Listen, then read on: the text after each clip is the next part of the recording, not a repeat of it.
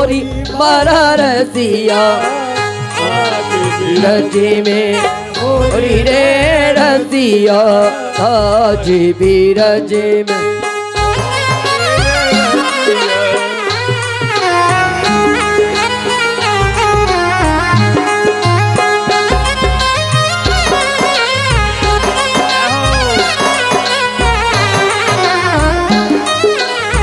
उड़त गुलाल लाल बहे बदरा उड़त गुलाल लाल बहे बदरा केसर रंग की भोरी मारा रसिया केसर रंग की भोरी मारा रसिया आज भी रज में और मारा रसिया आज भी रज में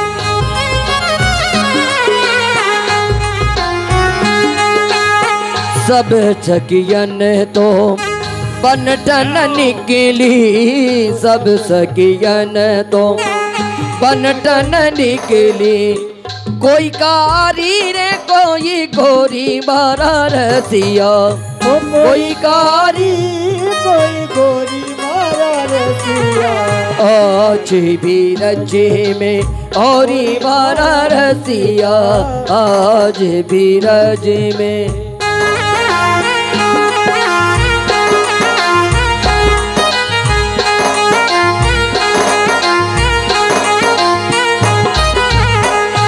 रंग मत डाले रे सांवरिया मारो गुजर मारे रे रंग मत डाले रे ओली रे रंग मत डाले रे सांवरिया मारो मैं गुजरी नादान गुजरे मारो हे मत वालो रे रंग मत डाले रे ओली रे रंग मत डाले रे सांवरिया मारो गुजर मारे रे रंग मत डाले रे मारो गुजर मारे रे रंग मत डाले ओली रे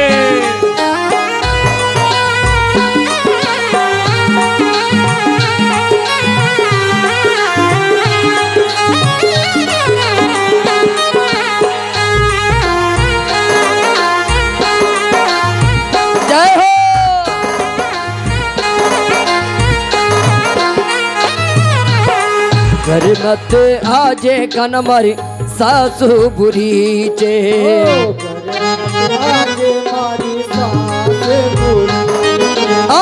घर मत आजे कन मारी सास बुरी चे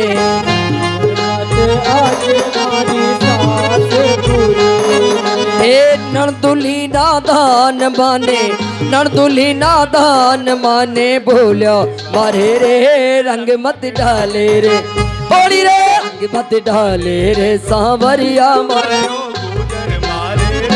रंग मत डाले रे डाले रे रंग मत डाले रे डाले रे अरे रंग मत डाले रे सांवरिया मारो गुजर मारे रे रंग मत डाले रे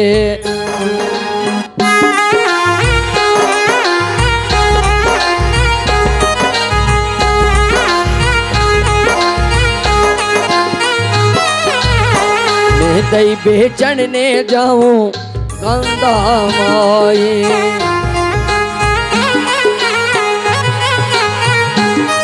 ओ मैं दई बेचने जाऊं मथुरा माई तो बेचने जाऊं मथुरा माई ओ मार्ग माही बेटो मारो मोहन प्यारो रे रंग मत डाले रे होली रे रंग मत डाले रे सांवरिया मारो गुजर मारे रे रंग मत डाले रे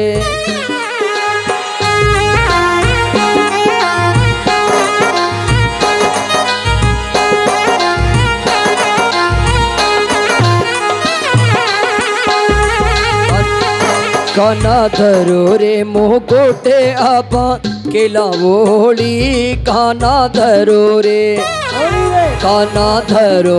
मोह कोटे आपा केला वोली काना धरो रे ए धरो रे गाना धरो रे, ओ धरो रे गाना धरो रे।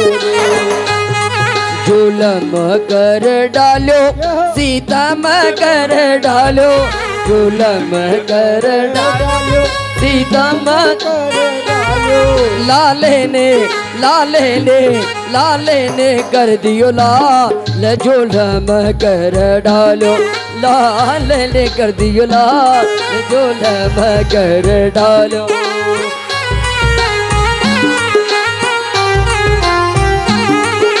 काजल टीकी नथड़ी लाई, अंगिया साड़ी पहनाई,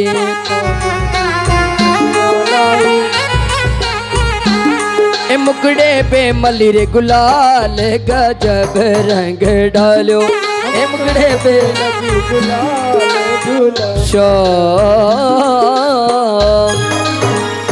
बोले होरी के रसिया की, बोले बाके बिहारी लाल की जय। जयकारा तो बढ़िया लगाना चाहिए आपको, हाथ खड़े नहीं होते हैं, शरीर को बिल्कुल ताकत नहीं है आपके यहाँ। जोर से बोले, बोले गोविंद भगवान की, बोले गिरिराज धरण की। और इस प्रकार से जो है भगवान गोविंद ने कई चित्र विचित्र रंगों से जो है उन गोपिकाओं को जो है भरपूर आनंद दिया। होली खेली और इधर जो है मथुरा में कंस को चिंता लगी, अब अभी तक मेरे मृत्यु का जो कारण है वो समझ में नहीं आया, कौन होगा, कहां होगा, कैसे होगा।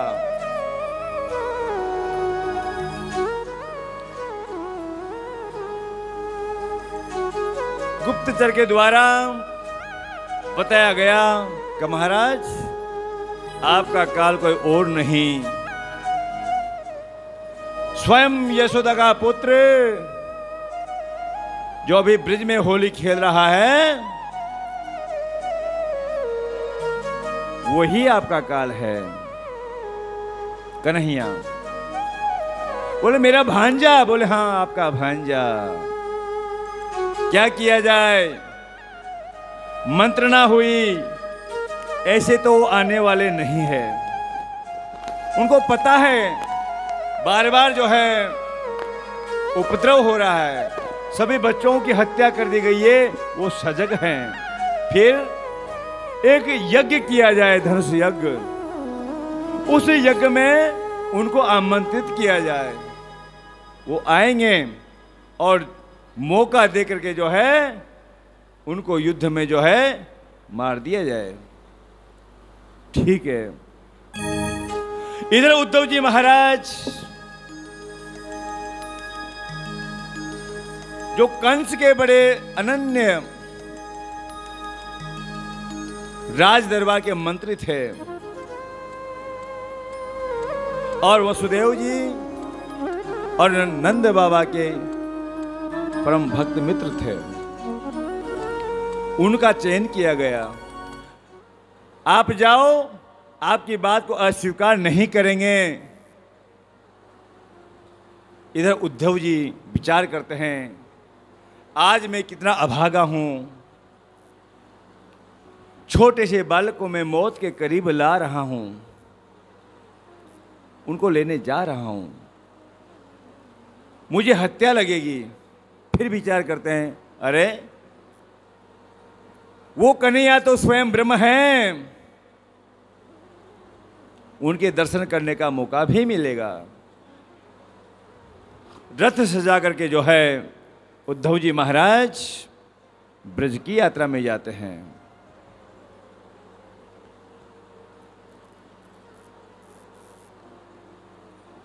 नंद जी महाराज से भेंट हुई, यशोदा महाराज से भेंट हुई,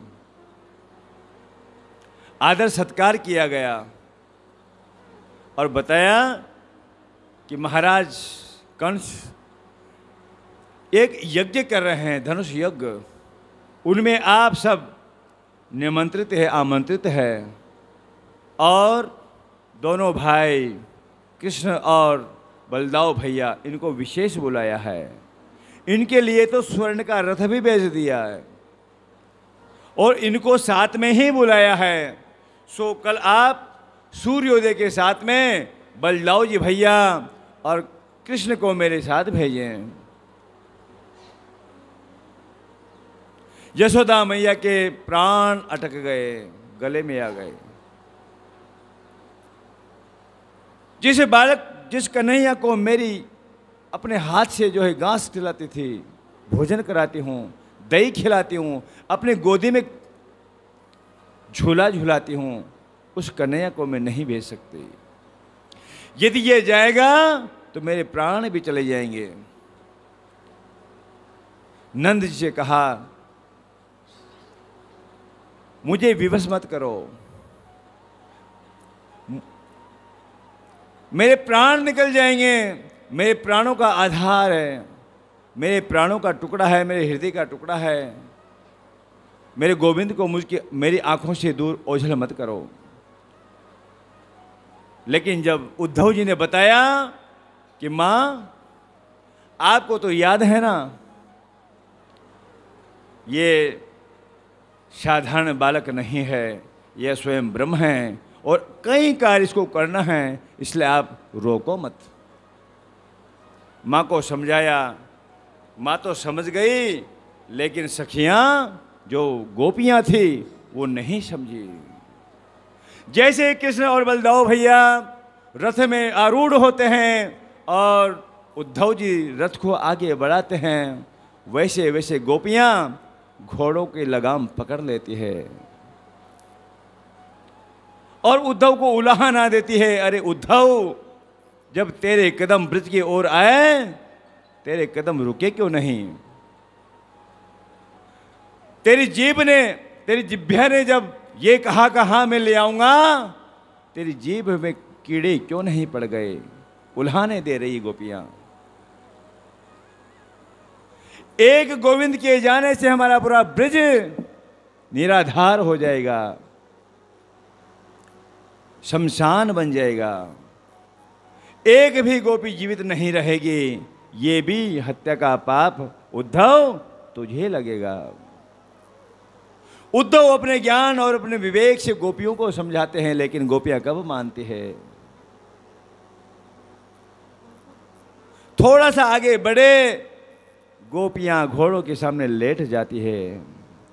गोविंद, यदि आपको जाना ही है तो इस रथ को अपने शरीर से, हमारे शरीर के ऊपर से निकाल कर चले जाओ, हम आपको रोकेंगे नहीं। आप यदि हमें मरते हुए देख करके यदि आपको खुशी है, आप जरूर मथुरा को जाइए, आपको नहीं रोकेंगे हम।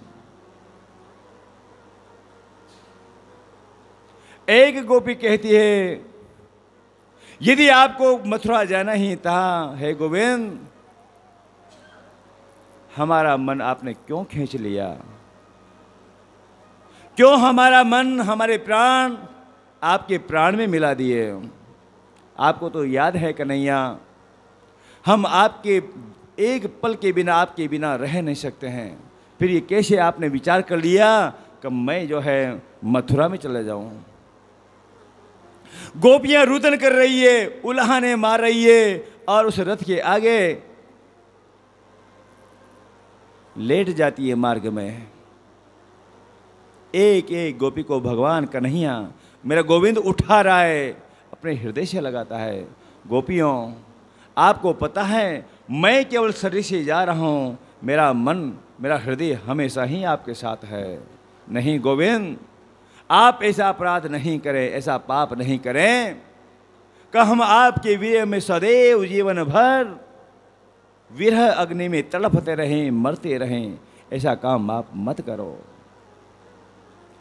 उस रथ को चारों तरफ से गोपियां घेर लेती है। भगवान के पीतांबर को, भगवान के वक्षस्थल को, भगवान के स्थिर चरणों को वो गोपियां अपने कर कमलों से पकड़ लेती है। नहीं जाने देंगे। हाँ, आप जा सकते हैं एक शर्त पर। कब? हमारे मृत शरीर पर अपने चरणों को स्पर्श करके आप राजी राजी जो है मथुरा जाएं, कोई नहीं रोकेगा। गोविंद भगवान की आंखों में आंसू आते हैं। यह है जीव और ब्रह्म का मिलन। जिन गोपियों के अंदर कोई काम भावना नहीं है, कोई विकार नहीं है, अपने आप को गोपी तक नहीं मानती है, अपने आप को भगवान गोविंद की चरणों की धूल मानती है, ऐसी गोपियों के सामने भगवान आज रो रहे हैं। नेत्रों से अश्रुधारा बह पड़ी। जबरदस्त जो है उद्धव जी ने रथ को आगे बढ़ाया, रथ आगे बढ़ा, यमुना को पार किया और समस्त गोपियों को वंदन किया। उस समय एक भी गोपी सचेत नहीं थी। ना मां जसोदा सचेत थी, ना गोपी, ना बालक, ना बाल, ना ग्वाल, कोई सचेत नहीं थे। ऐसा लग रहा था जैसे एक वणिक का किसी चोर ने पूरा धन हरण कर लिया हो, उस ब्रज मंडल की आभा को समाप्त कर दिया गया हो। प्रकृति जहां की जहां ठहर गई और ऊपर से देवता भी उस दृश्य के दर्शन कर रहे हैं। भक्ति हो तो ऐसी हो जहां भगवान खुद ठहरते हो,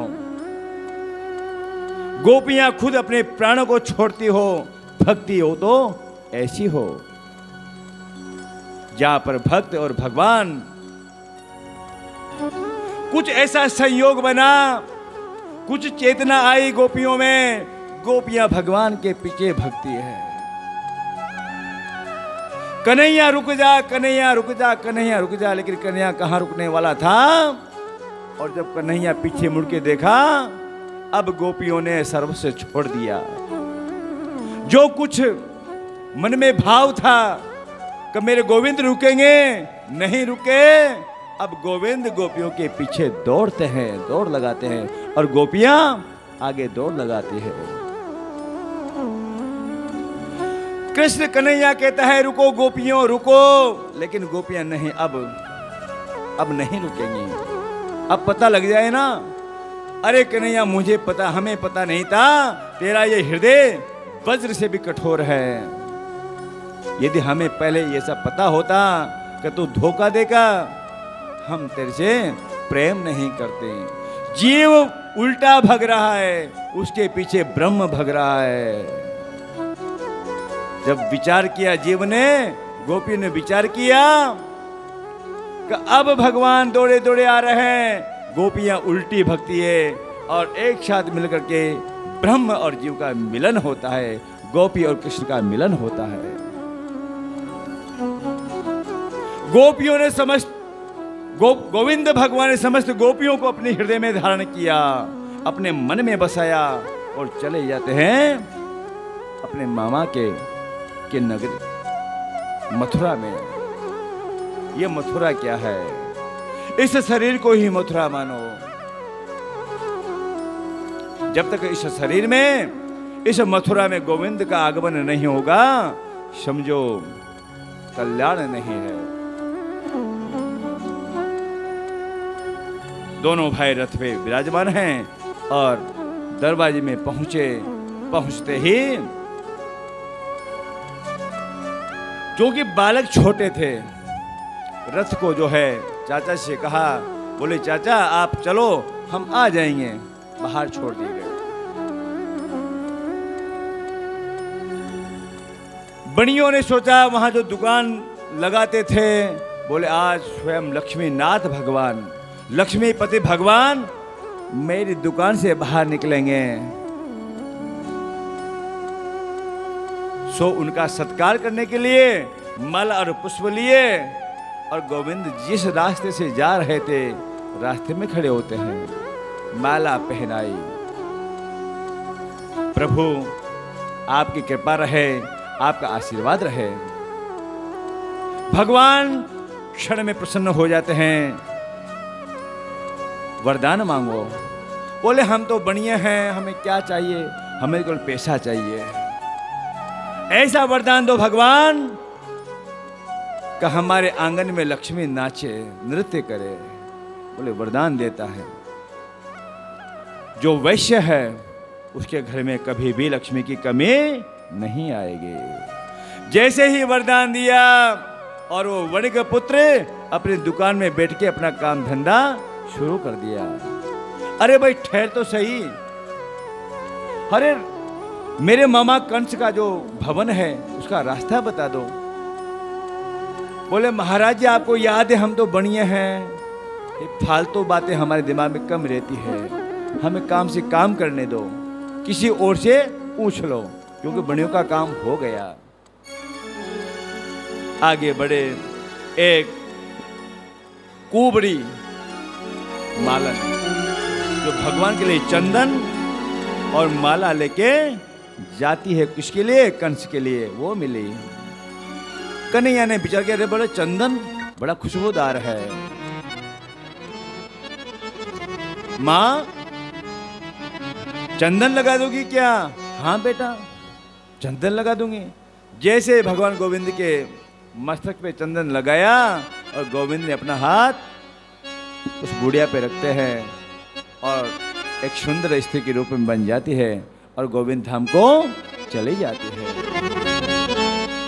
रजक तूने गजब किया, माथे बंधाया बोड़, आया था हरि भजन को कर ली नरक की ठोर। भगवान का स्पर्श, भगवान का वंदन और भगवान को चंदन, तीन अति प्रिय है। भगवान को वंदन करें, भगवान को चंदन करें। भगवान शिव को जल और भगवान शिव को चंदन, ये अति प्रिय होते हैं। यदि घर में कुछ भी नहीं है तो एक पुष्प की पंखुड़ी लें, थोड़ा सा चंदन लें और भगवान को अर्पण कर दें, फिर वंदन कर लें। समझो आपकी राजसी पूजा हो गई। मोतियों की माला पहनाई गई और अब कंस ने विचार किया, मेरे भांजे आ रहे हैं धीरे धीरे। मैंने जो डोडी थी, दरवाजा था, वहां पर एक हाथी को शराब पिला करके, नशे में बना करके उसको वहां पर बांध दिया जाता है। वो हाथी बड़ा मतवाला हो जाता है। उसका नाम कोलिया पीड़ हाथी था। जैसे ही दोनों बालक आएंगे और ये उनको मसल देंगे, मृत्यु के गाल में पहुंचा देंगे। जैसे कन्हैया सामने पहुंचा और वो जो कोलिया पीड़ हाथी था वो भी नतमस्तक हो जाता है और दोनों भाई आगे जाते हैं। रंग महल में पहुंचते हैं, यज्ञशाला में पहुंचते हैं। वहां के जो पहलवान थे उनसे बलदाऊ जी के साथ में युद्ध होता है। रंगशाला में, युद्धशाला में आपस में भिड़ जाते हैं। कुछ योद्धा कन्हैया के साथ और कुछ योद्धा बलदाऊ जी के साथ में युद्ध होता है। भयंकर युद्ध होता है। समस्त उन बलिष्ठ पराक्रमी योद्धाओं को जो है भगवान बलदाऊ जी और कन्हैया दोनों काल के आगाज में पहुंचा देते हैं। और इधर जैसे ही पता लगा कि अब एक भी मल्ल युद्ध यहाँ पर करने वाला नहीं है, गोविंद ने छलांग लगाए और पहुंच गया कंस के महल में। जैसे ही कंस की निगाह भगवान गोविंद के सामने को देखा तो कंस नहीं, कन्हैया नहीं, महाकाल नजर आ गए। ऐसा लग रहा था जैसे काल स्वयं यमराज आ रहा हो।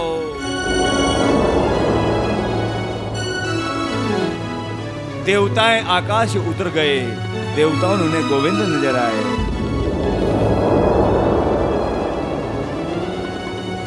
गोविंद के दर्शन करने के लिए देवता स्तब्ध हो गए। आज एक फिर दुराचारी का अंत होने वाला है। कंस अपने प्राणों को बचाने के लिए इस महल से उस महल में, इस अटारी से उस अटारी पे पहुंचे,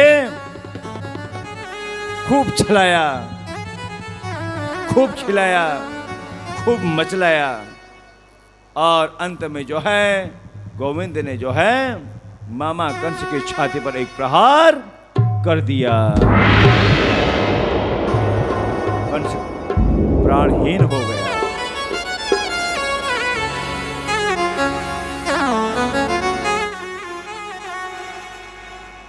गोविंद ने भगवान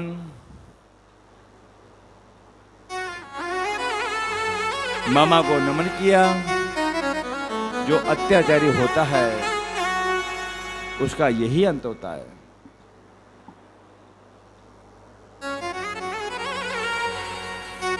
और उग्रसेन जी महाराज को वहां का राजा बना दिया जाता है।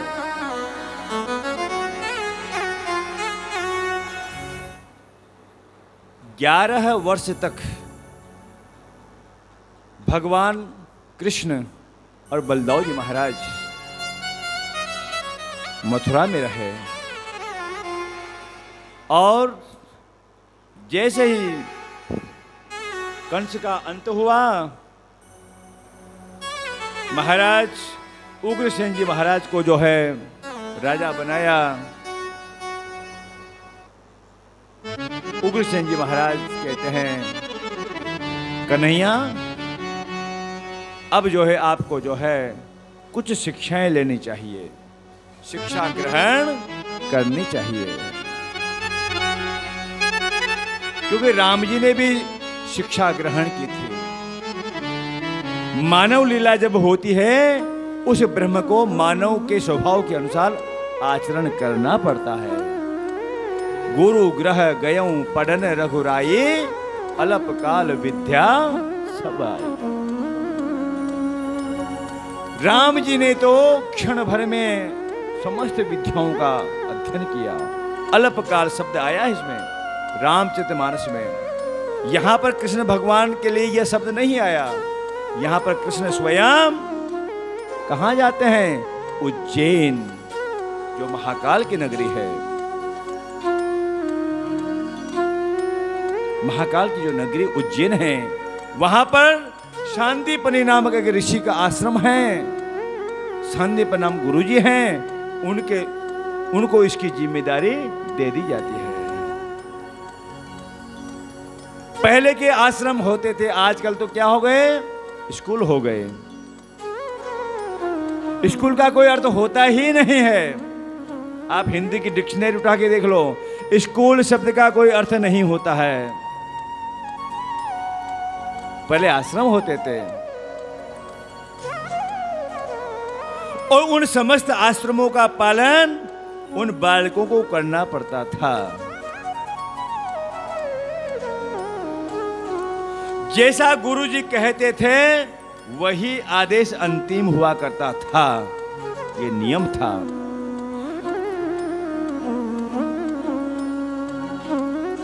पहले शिक्षाएं नीचे बैठ के प्राप्त करते थे शिष्य।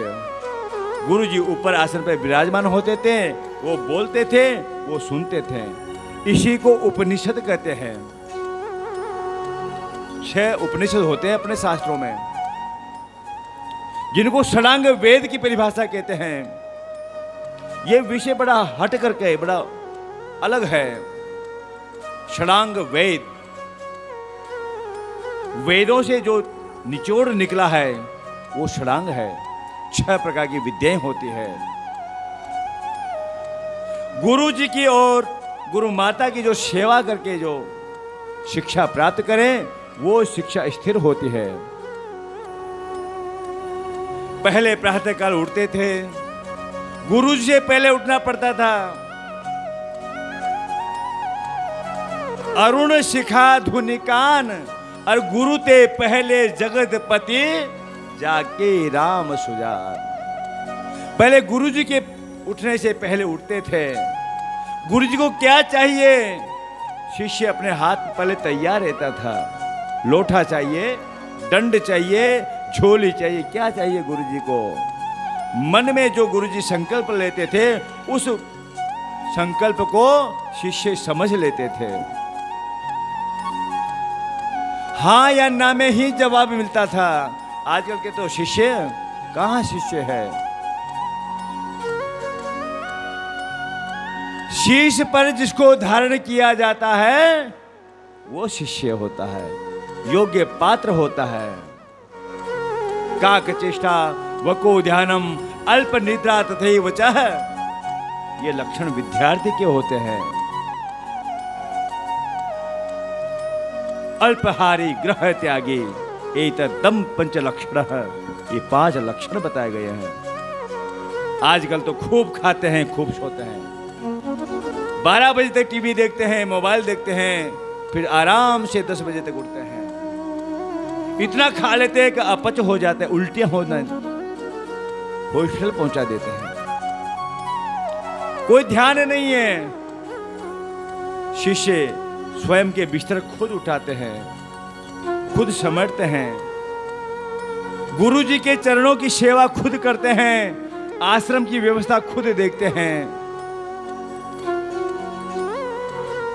गुरु माता की सेवा की जाती है। आश्रम से लकड़ियां बीन करके शिष्य लोग लाते हैं, फिर समय के अनुसार जो है भिक्षा मांगने जाते हैं। जो जहां से मिल जाए, जितनी मिल जाए उतनी भिक्षा ला करके और गुरुजी को दिया। पहले यह परंपरा थी गुरु और शिष्य की। आज की परंपराएं, वो परंपराएं समाप्त हो चुकी है। आज सारा ज्ञान कंप्यूटर में आ गया। पहले ऐसा नहीं था। पहले शास्त्रों का ज्ञान था जो सदैव टिकता था दीर्घ समय तक। कई पीढ़ियां बीत जाती थी लेकिन ज्ञान विलुप्त नहीं होता था।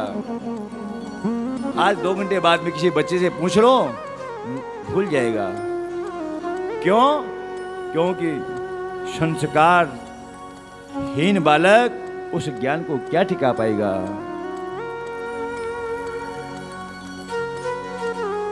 एक शिष्य को यह पता लगा कि इन गुरुजी के पास में पारसमणि है, और वो शिष्य गुरुजी के पास में जाता है, गुरुजी हमें ज्ञान दीजिए, हमें ज्ञान दीजिए। बोले ठीक है बेटा, ज्ञान देने की वस्तु नहीं है, ज्ञान अनुभव की वस्तु है। नहीं गुरुजी हमें ज्ञान दीजिए, अनुभव आप अपने पास रखें। जिद करे बेटा शिष्य, परीक्षा तो ले लो मेरा शिष्य कैसा है, जिसको मैं ज्ञान दे रहा हूं वो ज्ञान क्या रोक पाएगा, क्या हृदय में धारण कर पाएगा, क्या उसका सदुपयोग कर पाएगा, देखो तो सही। और उस शिष्य को कहा, पुत्र 1 महीने बाद मैं तुम्हें ज्ञान दूंगा, प्रदान करूंगा। अरे गुरुजी आप कैसी बातें करते हो, हमें इतना टाइम कहाँ है 1 महीने तक का।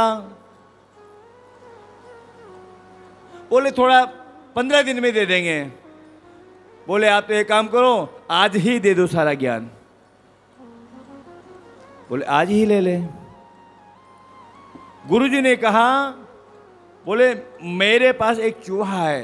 क्या है? चूहा बड़ा परेशान करता है। जब मैं तुम्हें ज्ञान दूंगा ये चूहा दोनों को परेशान करेगा, इसलिए मेरा गुरु भाई नदी के दूसरे किनारे पे रहता है।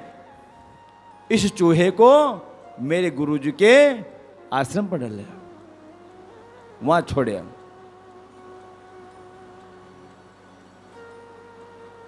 बोले ठीक है गुरुजी, छोड़ आऊंगा। गुरुजी ने जो है एक छोटा सा संदूक लिया और उसके अंदर उस चूहे को रख दिया, ताला लगाया, चाबी भी उस शिष्य को दे दी। अब जल्दी जल्दी जो है पैर उठाने लगा। बोले ज्ञान प्राप्त करना है, ज्ञान प्राप्त करना है। शिष्य जैसे नदी के किनारे पहुंचा, बोले गुरुजी बड़े चालाक हैं, गुरुजी के पास ये पारसमणि हैं और मुझे पागल बना दिया। तो वो पारसमणि से संदूक के अंदर रखी हुई है और बोला है कि मेरे गुरु भाई को दिया। मुझे ज्ञान काहे में चाहिए, मुझे पारसमणि चाहिए। और नदी के किनारे जाकर के जैसे ताला खोला, संदूक का ऊपर उठाया और चूहा निकल के बाहर भग जाता है। वो घबरा गया, बोले अरे इसमें तो चूहा निकला है। ताला लगाया, वो वापस आश्रम पे आ जाता है। उसका चेहरा मुरझाया हुआ है। बोले गुरुजी, बोले दिया है क्या? जो संदूक मैंने दी है गुरुदेव को आश्रम पे छोड़ा है क्या? बोले नहीं गुरुदेव, मेरे मन में कुछ विकार आ गया। बोले यही तो है पुत्र, यही तो मैं तेरे को समझा रहा था। तू एक चूहे को नहीं रोक पाया अपने जीवन में, ज्ञान को क्या ठहरा पाएगा? इसलिए ज्ञान भी योग्य शिष्य को प्रदान किया जाता है। यहां पर गोविंद भगवान और उनके मित्र हैं सुदामा, छोटे से बालक, माँ के कहने से भिक्षा मांगता है और गुरु माता की सेवा करते हैं। एक दिन भयंकर बरसात आई, ठंडी ठंडी हवा लगी।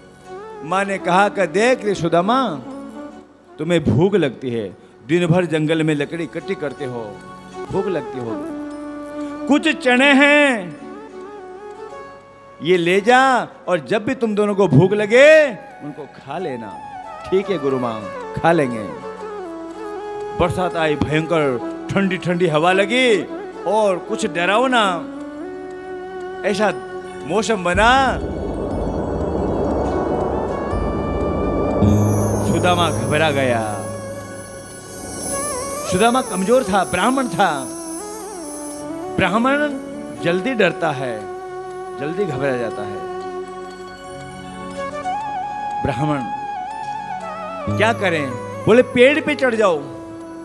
सुदामा पहले एक मंत्र आता है, अग्रे अग्रे ब्राह्मणा नदी नाला विविर्जिता है।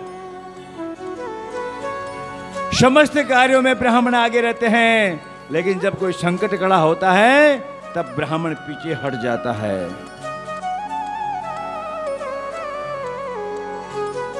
यहां पर ब्राह्मण, सुदामा नाम का ब्राह्मण है, वो डर जाता है और पहले पेड़ पे चढ़ जाता है।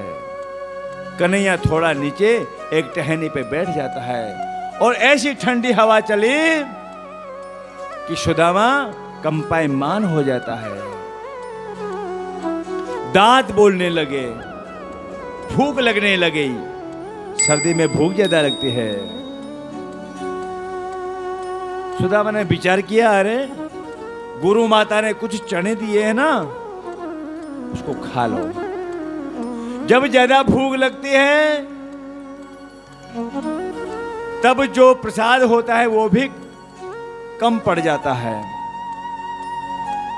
चुपचाप, कहीं मेरे मित्र को पता नहीं लगे, कन्हैया को पता नहीं लग जाए, और धीरे धीरे वो चने खाने लग रहा है। आवाज तो आती है चने की। बोले सुदामा, ये आवाज क्या कह रही है?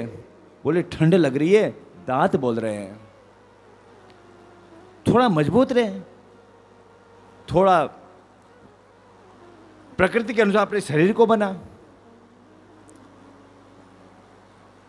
और जब चने समाप्त हो गए, कन्हैया और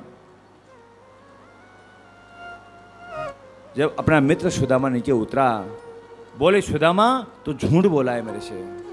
गुरु माता ने जो चने दिए थे वो कहाँ हैं? बोले मैं खा गया। जो दूसरे के हिस्से का जो खाता है, अंश जो खाता है, वो दरिद्र बन जाता है। उसी समय गोविंद भगवान ने उसके ललाट पे लिख दिया, श्री क्षय। तेरे जीवन में श्री कहते लक्ष्मी को, हमेशा ही क्षय रहेगी, अर्थात तो दरिद्र बनेगा। वहां पे लिख दिया। आश्रम पे जाते हैं, समय होता है और जो है संपूर्ण विद्याएं संदीपन जी गुरु जी उनको प्रदान करते हैं और पुनः जो है वहां से मथुरा पधारते हैं। बार बार जरासंध जो कंस का जो परम मित्र था, अपने मित्र के मृत्यु से दुखी होता है और बार बार उस पर चढ़ाई करता है। किस पर? मथुरा पर। भगवान ने विचार किया, बोले ये बार बार जो है लड़ाई के लिए जो आक्रमण करता है, सो अब इसका त्याग कर देना चाहिए। और भगवान ने विश्वकर्मा जी महाराज को संकल्प से बुलाया, कहा आदेश करे गोविंद, मुझे कैसे याद किया? बोले विश्वकर्मा जी महाराज, आप एक रात्रि के अंदर ऐसे नगर की रचना की जाए जो मायावी हो।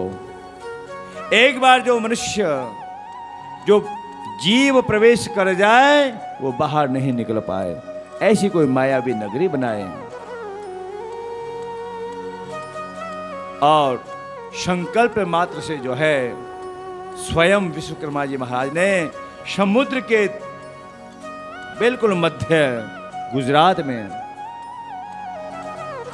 द्वारिका का निर्माण कर दिया।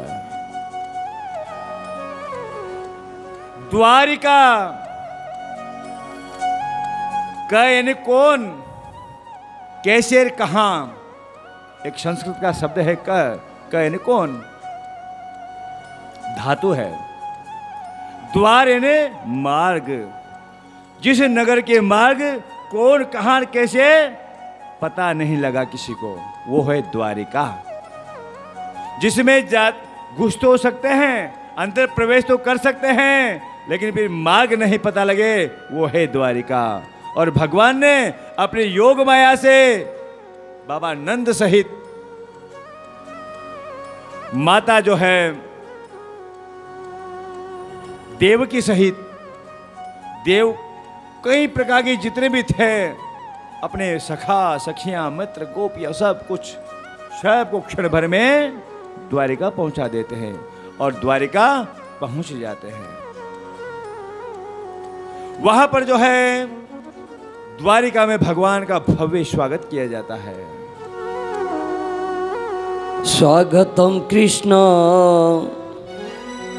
सुस्वागतम कृष्ण, स्वागतम कृष्ण सुस्वागतम कृष्ण, सुस्वागतम सुस्वागतम सुस्वागतम कृष्ण, सुस्वागतम सुस्वागतम सुस्वागतम कृष्ण, स्वागतम कृष्ण सुस्वागतम कृष्ण, सुस्वागतम कृष्ण सुस्वागतम कृष्ण।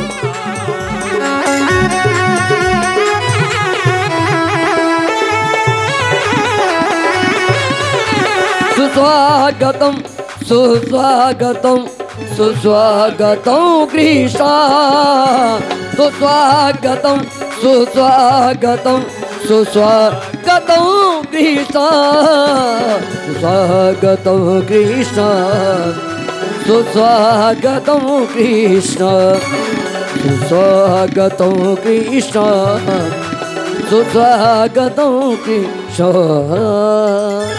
भगवान का भव्य स्वागत किया जाता है द्वारिका में।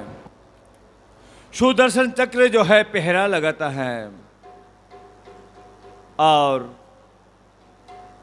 भगवान कुछ काल के पश्चात जरासंध बार बार जो है पता लगा कि ये तो जो है मथुरा छोड़ के और द्वारिका चले गए।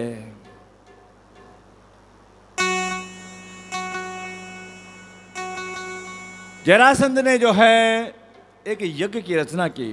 उस समय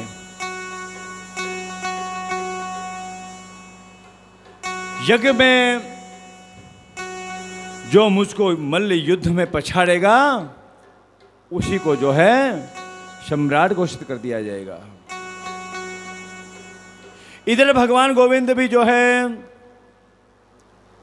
भीम और अर्जुन को लेकर के जो है वेश बदल करके जो है यज्ञ में पहुंच जाते हैं।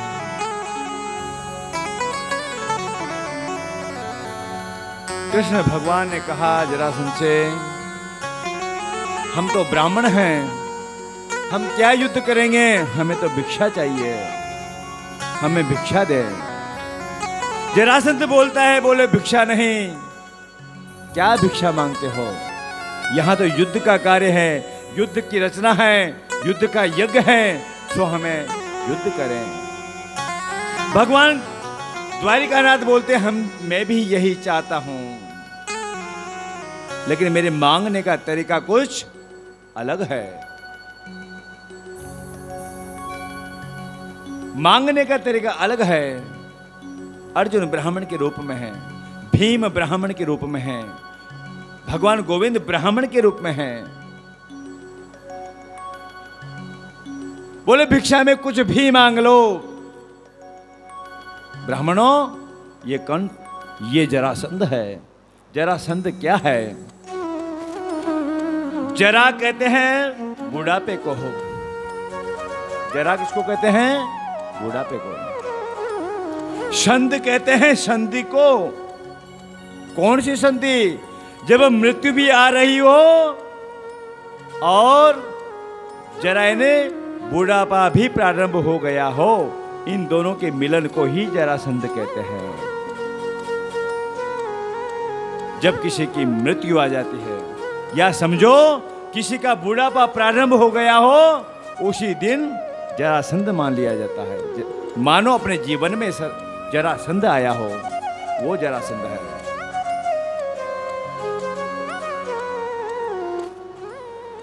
युद्ध में जो है, भिक्षा में जो है, भीम ने जो है युद्ध मांग लिया, मैं तेरे साथ युद्ध करूंगा। बोले आप कौन हो? ब्राह्मण हो के युद्ध की भिक्षा मांगते हो? आप कौन हो? कृष्ण भगवान ने कहा, ये अर्जुन और ये भीम है, युद्ध करना ही पड़ेगा, तेने वचन दिया है। अब युद्ध होता है भीम और जरासंध के। दोनों आपस में भिड़ जाते हैं, एक दूसरे को प्रहार करते हैं, लाते घूंसे वक्र मुख सब कुछ प्रारंभ होता है। एक दूसरे को उलटते हैं, एक को पटकते हैं, दावे पेच प्रारंभ होते हैं और उस युद्ध को 1 वर्ष पूरा हो जाता है। ना जरासंध मरता है, ना भीम पराजय होता है। बार बार कृष्ण भगवान संकेत करते हैं, लेकिन जरासंध मरता नहीं है। भीम और अर्जुन बोले, भगवान अब तो हमारे जो पीठ है ना, ये भी कमजोर हो गई, कहां तक मुक्के खाएं। बोले मैं क्या करूं? आप जब युद्ध करते हो मुझे देखते ही नहीं हो। जब तक जीव ब्रह्म को नहीं देखेगा गति प्राप्त नहीं होगी। अपने दृष्टि को अपने परमात्मा से मिलाओ, अपनी दृष्टि को अपने भगवान के चरणों से मिलाओ। इस दृष्टि में विकारों को बाहर निकालो और ब्रह्म को स्थापित करो, तो कन्हैया जल्दी मिलता है। यदि पर्दा रहेगा काम वासना का, विकार का, माया का, मोह का, अभिमान का, मत्सर का, जब तक ये चीजें रहेगी, जब तक गोविंद आपको दर्शन नहीं देंगे। मैं क्या करूं? मैं तो बार बार तुम्हारी तरफ देखता हूं, अर्थात ब्रह्म जीव को बार बार देखता है, लेकिन जीव आना ही नहीं चाहता है, तो ब्रह्म क्या करेगा? ब्रह्म तो, भगवान तो क्या बोलते हैं, तू 1 कदम बढ़, मैं 4 कदम बढ़ूंगा। तू 1 हाथ मेरी तरफ कर, मैं चारों भुजाएं तेरी तरफ फैलाऊंगा। ब्रह्म ये कहता है, लेकिन जीव इस संसार की माया में ऐसा उलझ जाता है कि वो भी जरासंध बन करके और भगवान को नहीं पहचान पाता है। आज जो युद्ध होगा वो निर्णायक युद्ध होगा। भीम, जब तू युद्ध करेगा बार बार मुझको देखना, रोज भगवान का ध्यान करो, दिन में कम से कम 4 बार भगवान को अपने नेत्रों में उतारो, अपने हृदय में बसाओ।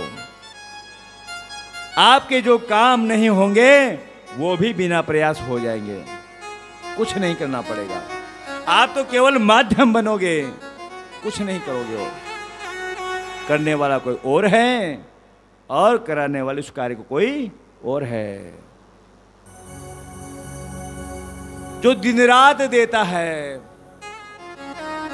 हवा, प्रकाश, जल, सब कुछ, उसके खजाने में कोई कमी नहीं है। कमी है तो किस में? जीव में कमी है, जो ब्रह्म की तरफ देखता ही नहीं है।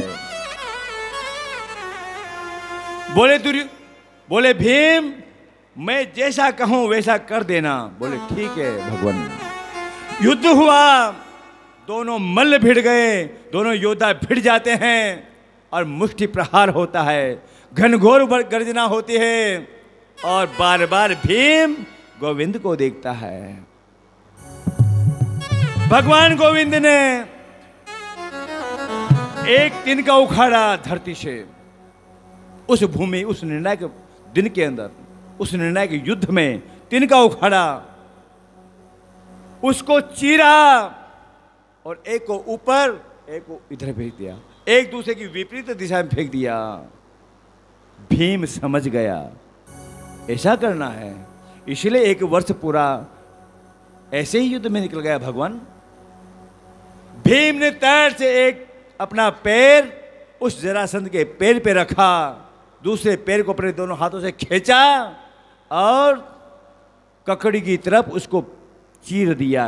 जिसे कपड़ा चीरते हैं ना, वैसे चीर दिया और दोनों हाथों से एक दूसरे की विपरीत दिशा में दोनों टुकड़ों को फेंक दिया। एक और राक्षस का अंत यहां पर भगवान गोविंद कर देते हैं। बोले गोविंद भगवान की जय। श्री कृष्ण गोविंद हरे मुरारी, हे नाथ नारायण वासुदेव। श्री कृष्ण गोविंद हरे मुरारी, हे नाथ नारायण वासुदेव। पिते बात स्वामी सखा हमारे, पिते बात स्वामी सखा हमारे, हे नाथ नारायण वासुदेव। श्री कृष्ण गोविंद हरे मुरारी, हे नाथ नारायण वासुदेव।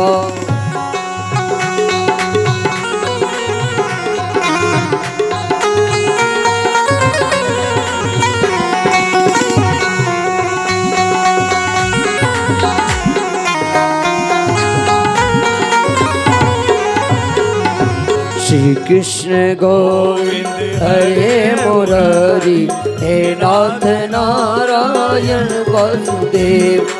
पिते बात स्वामी सखा हमारे, पिते बात स्वामी सखा हमारे, हे नाथ नारायण वासुदेव। श्री कृष्ण गोविंद हरे मुरारी, हे नाथ नारायण वासुदेव। हे नाथ नारायण वासुदेव, हे नाथ नारायण वासुदेव। बोले कृष्ण कन्हैया लाल की जय। बोले नारायण भगवान की जय हो। पाराशर जी महाराज, इन्होंने 60,000 वर्ष तक तपस्या की। किन्होंने? पराशर जी ऋषि ने अखंड तपस्या की। और ऐसी तपस्या की कि प्रकृति भी उनके आदेश का पालन करने लगी। ऐसी तपस्या, जब चाहे परमात्मा के दर्शन, जब चाहे जब, 60,000 वर्ष तक तपस्या की। एक दिन अपने आश्रम से निकल करके और पराशर जी महाराज यमुना नदी को पार करने के लिए दूसरी छोर पे जा रहे थे। नाव की आवश्यकता पड़ी। केवट को आवाज लगाई, वहां कोई नहीं था। केवट की कन्या मत्स्य गंधा वहां पर आ जाती है। बोले ऋषिवर प्रणाम, आदेश करें, हमें यमुना पार करवाएं।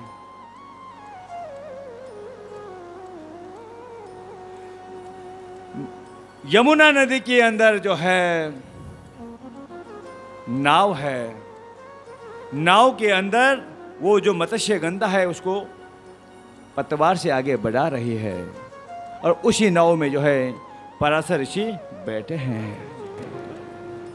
मत्स्य गंधा के स्वरूप को देख करके जो है, जो ऋषि 7,000 वर्ष तपस्या किए, मन जो है कामांध हो जाता है।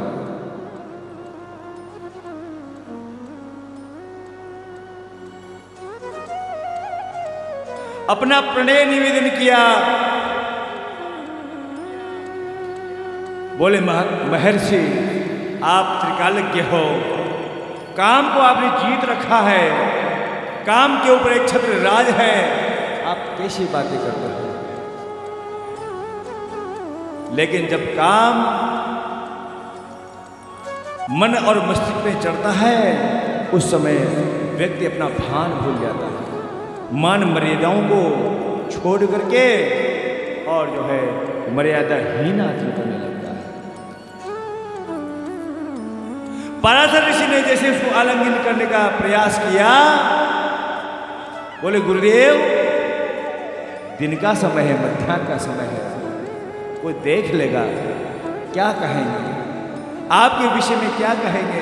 बोले ऐसे महर्षि भी जो है एक स्त्री के वशीभूत हो गए, कामांध हो गए, काम के अधीन हो जाते हैं।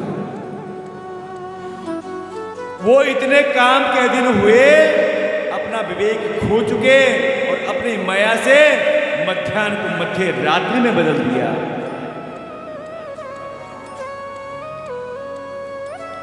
एक ब्रह्म ऋषि 60,000 वर्ष तक जिसने पूरी माया को, पूरी प्रकृति को अपने वश में कर लिया, वो एक मत्स्य गंधा के स्वरूप पे मोहित हो जाता है और कामांध बन जाता है।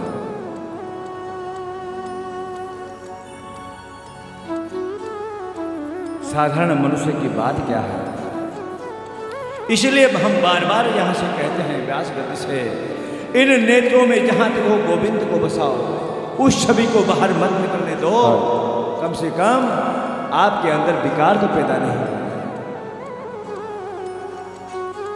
काम, क्रोध, लोभ, मोह, ये ऐसी वस्तुएं हैं जो मनुष्य को पशु में बदल देती है।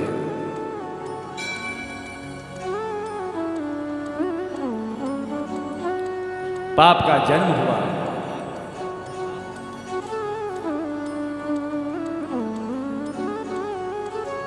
और जो है भगवान द्वारिकानाथ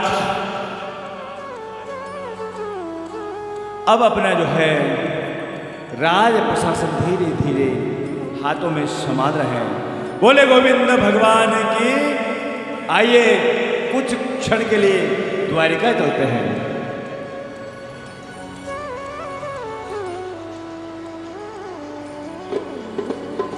हेलो,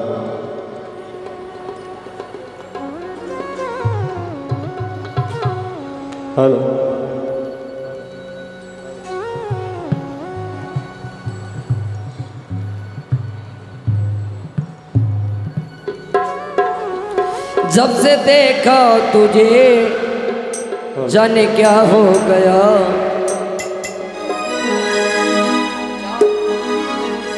जब से देखा तुझे जाने क्या हो गया, ए खोटे वाले बाबा पे तेरा हो गया, खोटे वाले बाबा पे तेरा हो गया।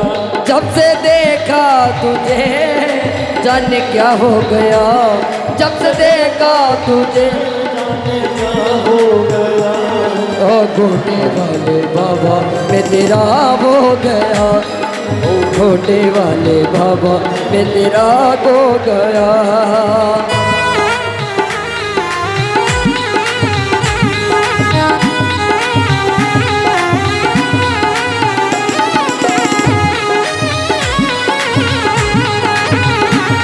तू दाता है तेरा पुजारी हूँ मैं, तेरे दर का हो बाबा भिखारी हूँ मैं।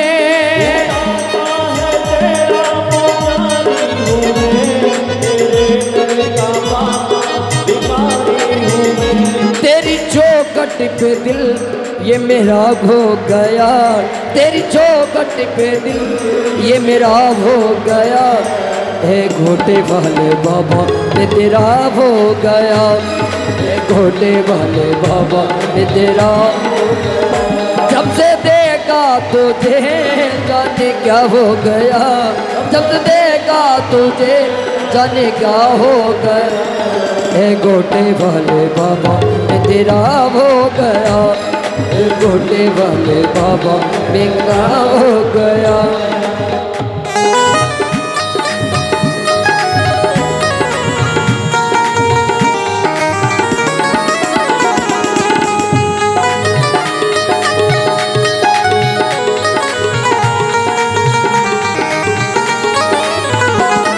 तेरे दरबार की वो अजब शान है, जो भी देखे वो ही तुझ पे कुर्बान है। तेरे जो भी देखे तेरी भक्ति का मुझको नशा हो गया, तेरी भक्ति का मुझको नशा हो गया, ए घोटे वाले बाबा में तेरा हो गया, ए घोटे वाले बाबा ओ जब से देखा तुझे जान क्या हो गया, जब से देखा तुझे जान क्या हो गया, ए घोटे वाले बाबा में तेरा हो गया, ओ घोटे वाले बाबा में तेरा हो गया, ए घोटे वाले बाबा में तेरा हो गया, ए घोटे वाले बाबा तेरा हो गया। बोले हनुमान जी महाराज की जय हो। भगवान कृष्ण कन्हैया लाल की जय। एक की भी आवाज नहीं आ रही, जयकारे में शंकर खड़ा हो गया। जोर से बोले, ताकत से बोले, मन से बोले, बोले गोविंद भगवान की। ये आवाज आपकी मंदिर से बाहर भी नहीं जा रही है।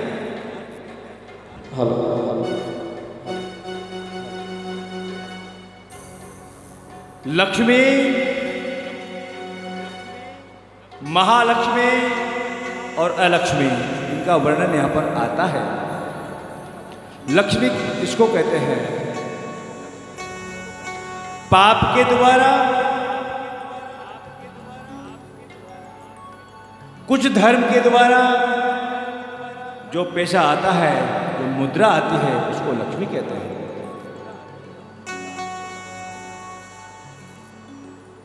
महालक्ष्मी किसको कहते हैं? जो संपूर्ण रूप से जो है धर्म के आचरण के द्वारा जो मुद्रा प्राप्त होती है, उसको महालक्ष्मी कहते हैं।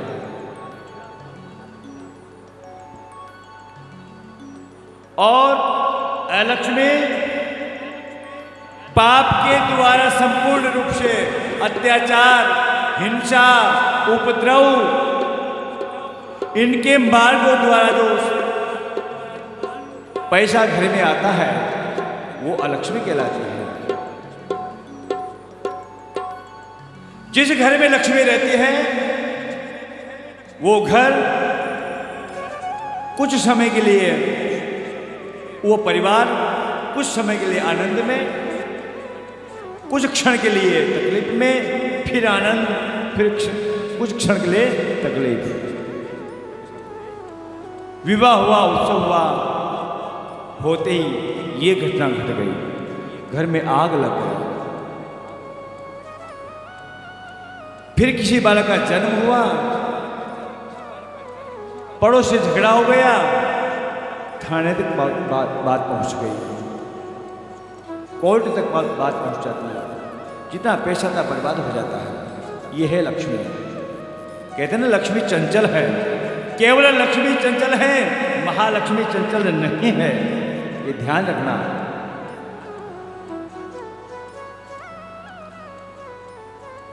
और जिस घर में महालक्ष्मी आती हो, सद्गुणों के द्वारा आती हो, सद्मार्ग से आती हो, पुण्य के प्रभाव से आती हो, अपने पूर्वजों के आशीर्वाद से आती हो, वो महालक्ष्मी होती है, वो सदैव और स्थिर होती है। यहाँ पर एक ऐसी महालक्ष्मी की कहानी, कथा आप सुनेंगे। यदि वो सब गुण आपके अंदर हैं तो समझना आज हम भी महालक्ष्मी के रूप में हैं, फिर आप लक्ष्मी नहीं हैं। अलक्ष्मी की चर्चा अपन नहीं करेंगे, क्योंकि हम स्वयं लक्ष्मी नाथ के चरण में बैठे हैं, इनके मंदिर में बैठे हैं, तो अलक्ष्मी का क्या काम है।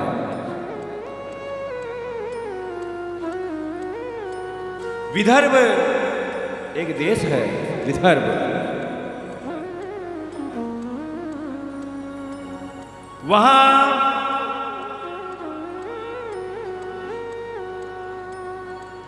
एक राजा राज करता है, उसका नाम है भीष्मक। भीष्मक के 5 पुत्र और 1 कन्या। सबसे बड़ा जो पुत्र है उसका नाम भीष्मक, और बेटी का नाम रुक्मणी। जब रुक्मणी छोटी सी थी, मीराबाई के समान, उस समय अपने आप को गोविंद को समर्पण कर चुकी थी।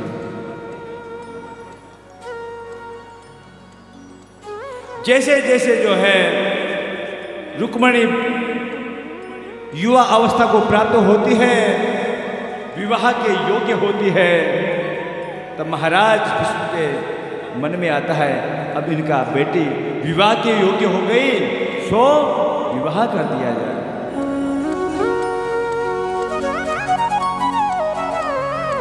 बेटी से अपने मन की बात जानी। पुत्री, आप खुद समझदार हैं, आप विवाह के योग्य हो गई। जब कन्याएं विवाह के योग्य हो जाती है, क्योंकि कन्याएं चंद्रमा की कला के समान दिन रात बढ़ती है, सो विवाह भी इनका जल्दी करना होता है। बताओ बेटी, विवाह के लिए हम प्रस्ताव भेजेंगे, क्या करें? बोले पिताजी, यदि मैं सही हूँ, मेरा निर्णय सही है, तो द्वारिका में जो कृष्ण है, मैं उनको मन से पति मान चुकी हूँ। यदि आपको लगता है, रुक्मणी ने कहीं भी पूरे प्रसंग में ये नहीं कहा कि ये मेरी जिद्दी है, आपको पिताजी लगता है तो आपके वंश में, आपके खानदान में कहीं लोग कई बातें न बना दे, इसलिए ध्यान रखते हुए यदि आपको लगता है तो आप प्रस्ताव भेज सकते हैं। रुक्म के जो है मन में हाँ बोले, गोविंद में सारे गुण हैं, राजकुमार हैं, कई शिक्षाओं में निपुण हैं, द्वारिका नाथ हैं, कोई कमी नहीं है। मन में इच्छा थी कि हाँ ठीक है, लेकिन जो रुक्मिणी का भाई जो रुक्मी था, वो नहीं चाहता था कि मेरी बहन एक ग्वाले के पल्ले पड़े। मेरी बहन का हाथ में उस कन्हैया के हाथ में दूं, ये वो नहीं चाहता था। वो किसको चाहता था? वो शिशुपाल को चाहता था। शिशुपाल के हाथ में अपनी बहन का हाथ लेना चाहता था।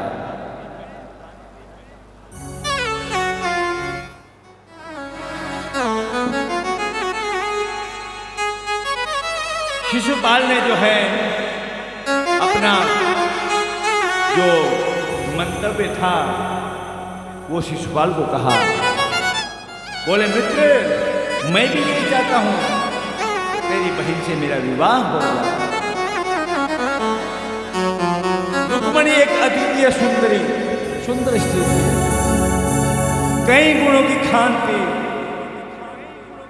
जितने भी गुण होंगे प्रकृति में सबके सब गुण, शांत स्वभाव, धैर्यवान, रूपवती, कुलवंती, हास्य और लास्य, समस्त नव रसों से परिपूर्ण और चंद्रमा की आभा को भी जो शांत कर दे, ऐसी शरीर पे दीप्यमान जिनका चेहरा हो, ऐसी वो रुक्मिणी।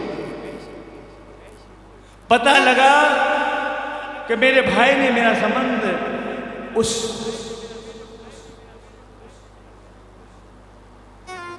शिशुपाल से कर दिया जो एक भोगी है।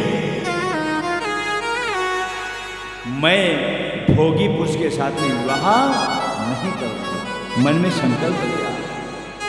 और उनके महल में एक ब्राह्मण आता था, उसका नाम था सुदेव नाम का ब्राह्मण।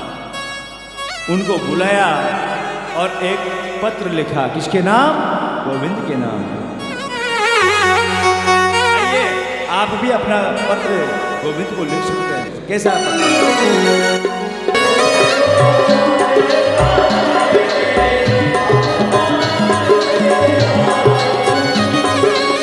तन मन धन और वचन कर्म से ये रुक्मिणी तेरी हो चुकी।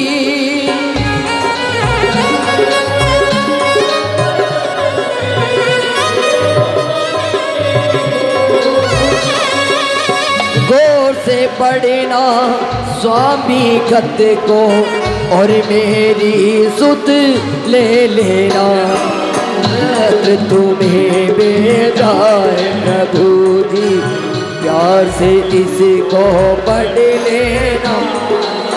अपने चरण की शरण में मुझको कृपा करके रख लेना।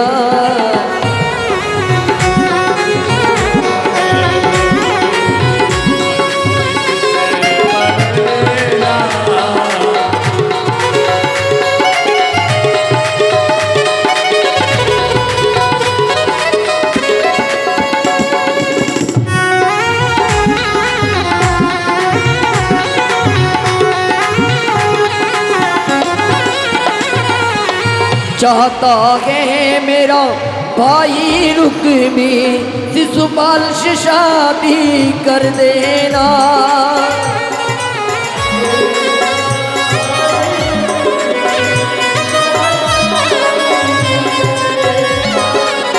किसको सुनाऊं अपने दिल की रोए के भर आए नैना।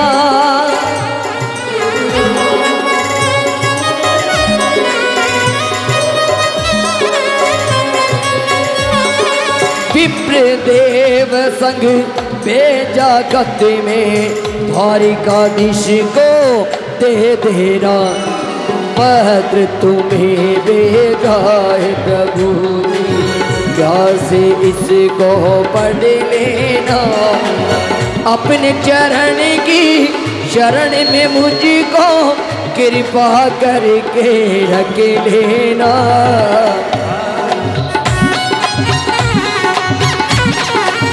भुवन सुंदर आप हो मेरे, आप सा सुंदर कोई नहीं।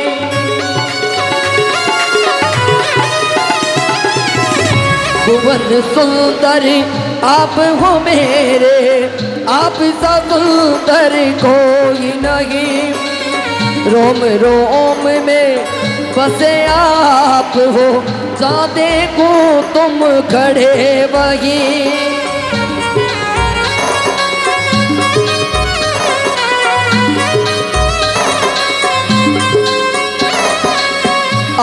आओ घर कर ले जाओ, कष्ट जरा सा कर लेना, पत्र तुम्हें भेजा है प्रभु, प्यार से इसी को पढ़ लेना, पत्र तुम्हें भेजा।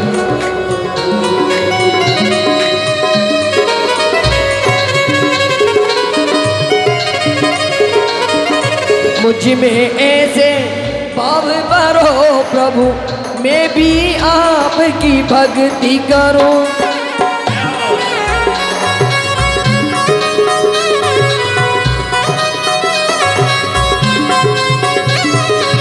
राम निवास हो श्याम, राम निवास हो या श्याम निवास हो, दोनों को मैं नमन करूं।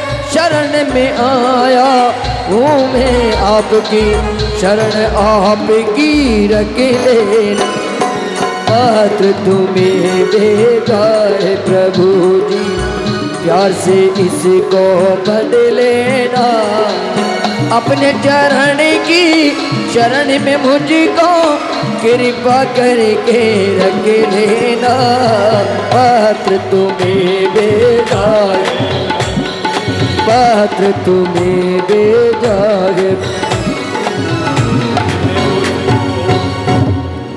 बोले द्वारकाधीश की जय। और सुदेव नाम की जो ब्राह्मण थे उनको बुलाया, गुरुदेव आप सब जानते हैं आप मेरे पिता तुल्य हैं, मैं शिशुपाल से विवाह नहीं करना चाहती, क्योंकि वो बड़ा कामी है, कामी व्यक्ति से मैं विवाह नहीं करूंगी, मैं विवाह करूं तो केवल मेरे गोविंद से करूंगी। यहां पर रुक्मणी जी ने जो है 7 श्लोकों में कृष्ण भगवान को एक पत्र लिखा। कितने में? 7 में। आजकल की होती तो 7 पेज लिखते थे। 7 ही श्लोकों में भगवान को पत्र लिखा और 7 ही श्लोकों में अपने कोई भाव को लिख दिया। भाव भरे गंभीर, एक एक शब्द में रुक्मणी के भाव थे, क्या कहना चाहते, क्या चाहती है, एक एक शब्द में। पत्र पहुंचा, सुदेव का स्वागत किया, कैसे आना हुआ, और शब्द नहीं थे, बोल नहीं पाया सुदेव, तो पत्र पहुंचा दे, हाथ में दे दिया। 7 श्लोक। खग ही जाने खग ही की भाषा, पक्षी पक्षी की भाषा को समझ लेता है, वैसे ही गोविंद रुक्मणी के भावों को समझ गए। क्या लिखा था? हे गोविंद, मैं जानती हूं मैं आपके योग्य नहीं हूं, फिर भी मैं धृष्टता कर रही हूं, मैं आपसे विवाह करूं। हे गोविंद, मैं ऐसी पात्र नहीं हूं कि मैं आपकी अर्धांगिनी बन सकूं, लेकिन हाँ, यदि ऐसा सौभाग्य मुझे मिले, मैं आपके चरणों की धूल की सेवा कर करके अपने आप को भाग्यशाली मानूंगा। मैं जानती हूं प्रभु, आप मनमोहन हैं, मन का हरण करते हैं, मन की बात को जानते हैं। मैं तो इतना भी नहीं जानती कि कहाँ द्वारिका है और कहाँ आप हैं। आपके अंदर भगवान 6 गुण हैं, मुझ में तो अवगुण ही अवगुण है, फिर भी मैं आपको एक विनय करती हूँ। श्री, ऐश्वर्य, शक्ति, सौंदर्य और माधुर्य, ये भगवान के गुण हैं। खुद रुक्मिणी कहती है, भगवान आप तो गुणों की खान हैं और मैं निर्गुण हूं। निर्गुण कहा है अपने आप को? निर्गुण जिसको परमात्मा को ही सब कुछ मान लिया। जाके नख अरु जट, बिनु पद चल ही सुन ही बिनु गाना, कर बिनु कर्म कर ही विधि नाना। आनंद रहित सकल रस भोगी, जिनके ना हाथ है, ना पैर है, ना मुख है, फिर भी संसार को चलायमान करते हैं। समस्त षड्रसों का जो वैभव का जो स्वीकार करते हैं, ऐसा ब्रह्म निर्गुण कहलाता है। जो सामान्य आंखों से दर्शन नहीं कर पाते, वो ब्रह्म स्वयं कृष्ण। फिर भी मैं निर्गुणी हूं, अर्थात मैं स्वयं सगुण होते हुए भी, हे भगवान, मेरी आत्मा आपकी आत्मा में मैंने मिला दी है। यदि आपको लगता है भगवान मैंने मेरे मन से, मेरे वचन से और मेरे कर्म से केवल आपके ही चरणों की सेवा की है, इस दर्शन को स्वीकार कीजिए। 6 श्लोकों में मात्र भगवान का श्री विग्रह का वर्णन किया है और 7वें श्लोक में अपना निवेदन किया है। ये पत्र होता है।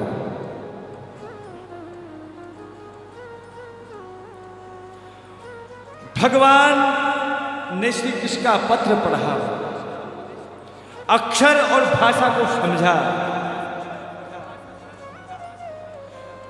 7 प्रश्नों का हो, एक पूरी डायरी भर दे और उसका कोई अर्थ न हो तो वो शब्द नहीं है। अनेकार्थ हो, एक शब्द लिखे अर्थ अनेक निकले। ये है कनक कनक ते 100 गुना मादकता अधिकार। कनक कनक कनक कनक शब्द बार बार आ रहे हैं, लेकिन सबके अर्थ अलग अलग है। शब्द अर्थ, यदि शब्दों में गांभीर्य नहीं है, गंभीरता नहीं है, अर्थहीन है, शब्दहीन है, भावहीन है, तो फिर वो शब्द लिखना भी व्यर्थ है। यहां पर रुक्मिणी ने भाव भरे गंभीर अपने भावना को एक ही घड़े में सजो करके और गोविंद के चरणों में भेंट कर दिया। गोविंद ने उनको पढ़ा, बोले जीव मेरे से मिलने के योग्य है, इसलिए मुझको खुद को चलना पड़ेगा। और ये नहीं कहा सुदेव से कि ब्राह्मण आप चलो मैं आ जाऊंगा, नहीं। स्वयं कृष्ण भगवान ने अपने रथ को श्रृंगारित किया, घोड़े जोते और ब्राह्मण को पीछे बिठाया, हाथ में लगाम ली और चल दिए विदर्भ नगर की तरफ। गरुड़ ध्वज लगा हुआ है भगवान गोविंद के रथ के ऊपर। उत्सव हो रहा है, उधर से भी जो है शिशुपाल बारात लेके विदर्भ नगरी में आता है। जरासंध, बड़े बड़े कामी लोग, जिनका कोई धर्म से कोई लेना देना ही नहीं है, केवल कामी, जिनको केवल कंचन और काया और कामिनी से ही संबंध है, परमात्मा से नहीं। और बताया भगवान अब मैं जो है माँ पार्वती की पूजन करने मंदिर आऊंगे, उस समय आप मेरा हाथ पकड़ के अपने रथ में बिठा देना। प्रार्थना करते हैं भगवती श्री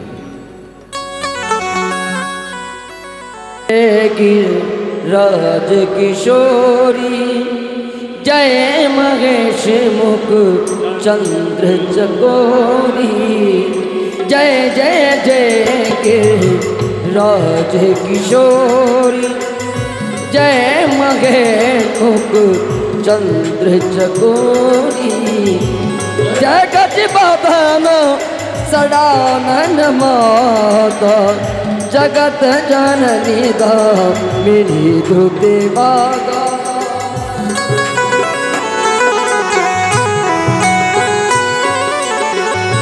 देवी पूजी पदे कौन तुम्हारे सुर नर मुने सद ओ सुकारे जय जय जय गिरिराज किशोरी जय मगे मुख चंद्र चकोरी।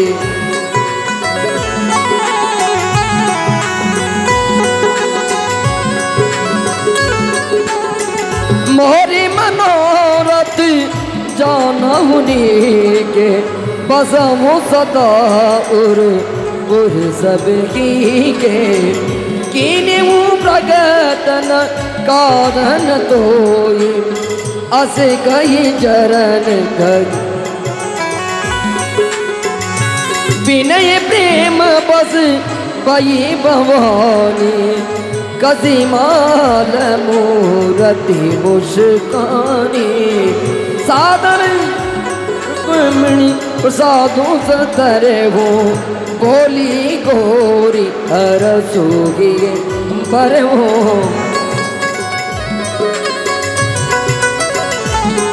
और यहाँ पर जो है रुक्मिणी जी जो है मृग की चाल से धीरे धीरे धीरे भगवती के मंत्र की सीढ़ियों को धीरे धीरे ऊपर चढ़ रही है। धीरे धीरे नेत्र हाथ कहाँ है भगवती की तरफ, नेत्र कहाँ है आएंगे अभी लेने द्वारिकानाथ। निगाह कहाँ और अपने हाथ कहाँ है, दो रूप है। हे भगवती मेरी मन की कामना पूरी करना, मुझे मेरे मन में जो संकल्प है उसको पूरा करना, मेरे मनोरथ को शुद्ध करना। माँ भगवती मैं आपसे विनय करती हूँ, प्रार्थना करती हूँ। कभी इधर देखती कभी उधर, कहाँ दिखे नहीं द्वारिकानाथ। प्रणाम किया भगवती को और देखने के बहाने भगवती के परिक्रमा लगाती है धीरे धीरे। 4 सखियाँ साथ में हैं, 8 सखियाँ नीचे हैं, 16 सखियाँ उनकी सुरक्षा में हैं। जैसे ही भगवती रुक्मिणी ने अपना भगवती की परिक्रमा प्रारंभ की, एक परिक्रमा प्रारंभ हुई धीरे मृग चाल से, मृग नेत्रों से को देख रहे हैं गोविंद को। दूसरी पूरी हुई, हे भगवती प्रतीक्षा की घड़ी बड़ी विडंबना पैदा करती है। आएंगे कि नहीं आएंगे, मेरा प्रस्ताव स्वीकार किया कि नहीं किया, क्योंकि जो भेजा था वो साथ भी था, वो पहले नहीं आया, बताया नहीं। जैसे ही तीसरी परिक्रमा प्रारंभ की और गोविंद का गरुड़ ध्वज नजर आ गया, हृदय में थोड़ा शांति मिली। कदम आगे बढ़ाया, रथ को पास में लिया, रुक्मिणी ने हाथ बढ़ाया और गोविंद ने हाथ को पकड़ के रथ में बिठाया, ले चले द्वारिका की ओर। बोले गोविंद भगवान की। और पहला एरी सखी मंगल गावोरी,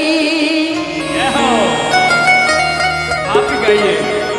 एरी सखी मंगल गावोरी, तर दिया मारा सजावोरी, उतरेगी आज पिएगी सवारी, उतरेगी आज कान्हा की सवारी। एरी कोई काजल लावोरी, मोहे काला टीका लगावोरी,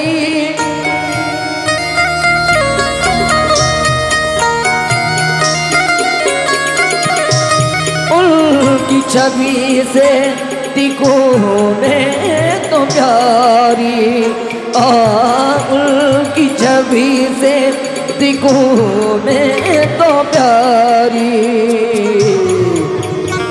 लक्ष्मी जीवारो नजर उतारो, आज बुरी शाम घर आएंगे, आज बुरी शाम। रंगों से रंग मिले,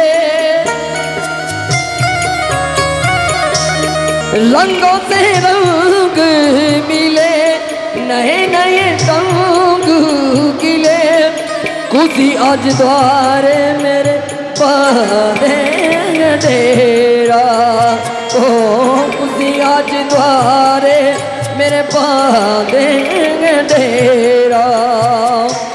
पीवू पीवू पपी गारटे, कुहू कुहू कोयल जपे, आंगन आंगन परियों का डेरा।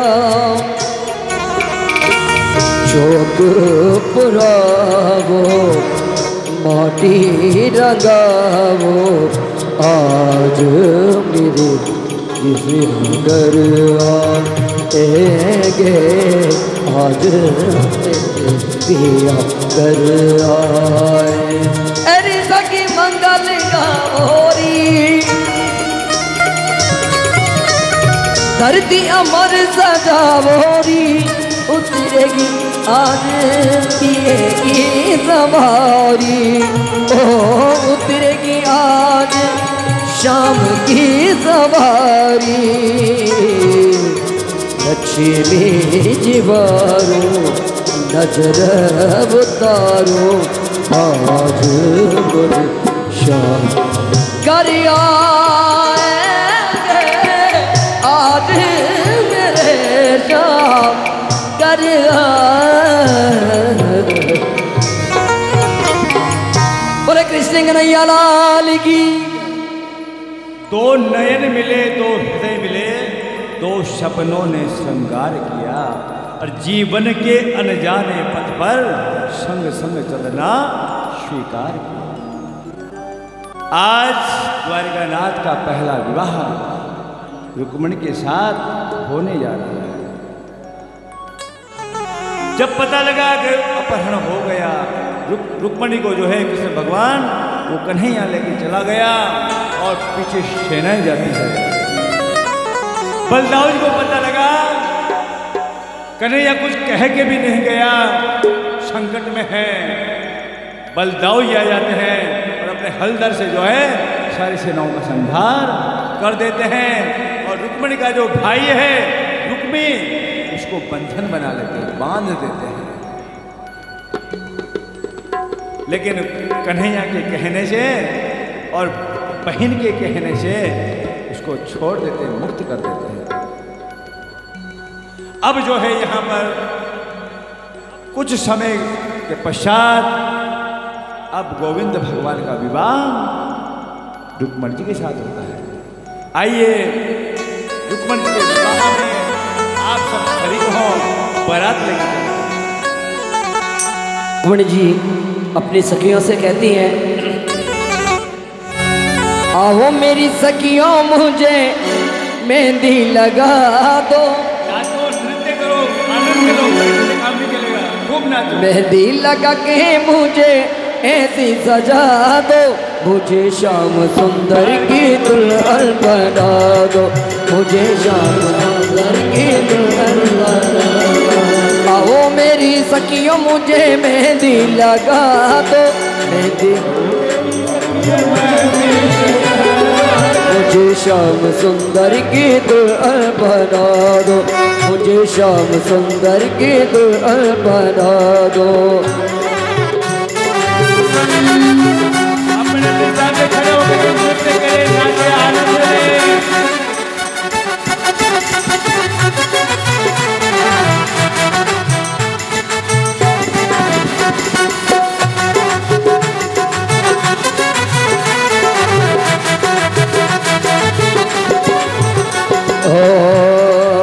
ऐसी पन चूड़ी जो कबहू न टूटे, ऐसी पन चूड़ी जो कबहू न टूटे।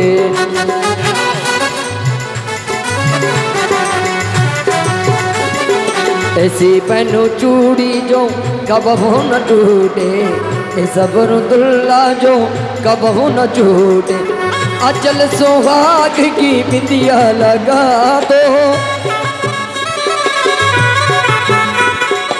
मुझे श्याम सुंदर की दुल्हन बना दो, मुझे श्याम सुंदर की दुल्हन बना दो। आओ मेरी सखियों मुझे मेहंदी लगा दो, मेहंदी लगा दो मुझे ऐसी सजा दो, मुझे श्याम सुंदर की दुल्हन बना दो, मुझे श्याम सुंदर की दुल्हन बना दो।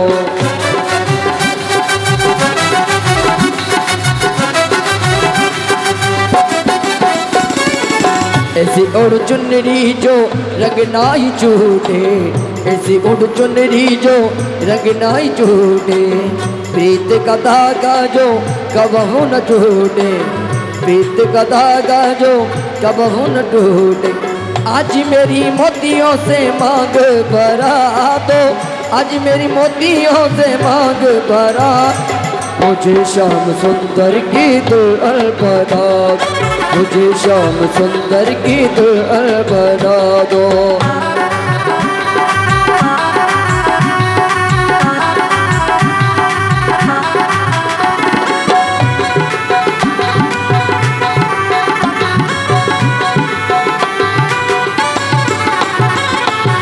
बांध के घुंघरू में उन्हें गोर जाऊंगी, बांध के घुंघरू में उनको जाऊंगी, लेके एक तारा में शाम शाम गाऊंगी।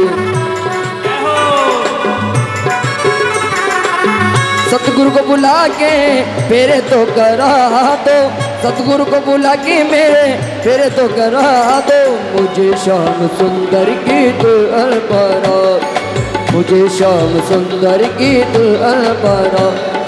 आओ मेरी सखियों मुझे मेहंदी लगा दो, मेहंदी लगा दो मुझे ऐसी सजा दो, मुझे श्याम सुंदर की दुल्हन बना, मुझे श्याम सुंदर की दुल्हन बना दो।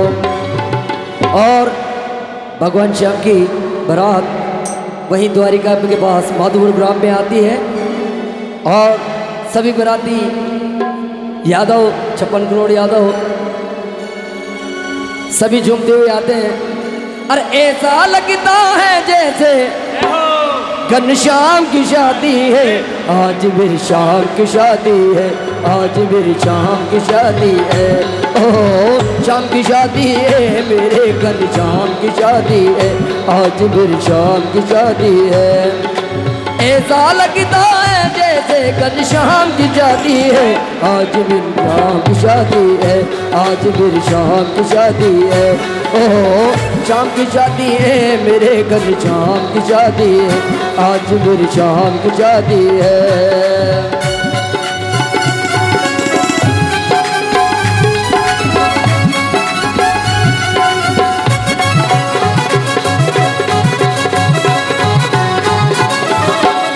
है खूबसूरत बड़ा शुभ लगन मुहूर्त, देखे क्या खूब जती है, देखो कन्हा की बोली सूरत, कन्हा की बोली सूरत, खुशी से झूमे है मन, मिला शम जम आई शादी के आंगन।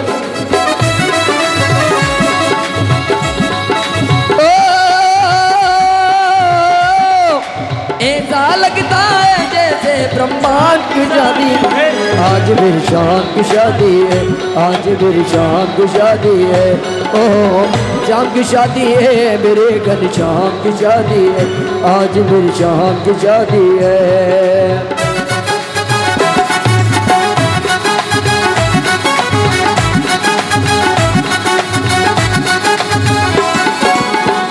बाल घुंघराले काले मुकुट ऊपर से डाले,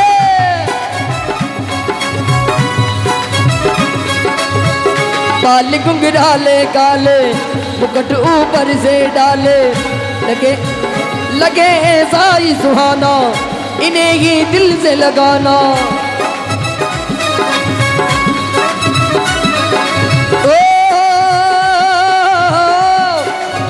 आगे ऐसी लगती है मानो लगी समाधि है, आज मेरी शाम की शादी है, आज मेरी शाम की शादी है, ओ शाम की शादी है, मेरे घनश्याम की शादी है, आज मेरी शाम की शादी है।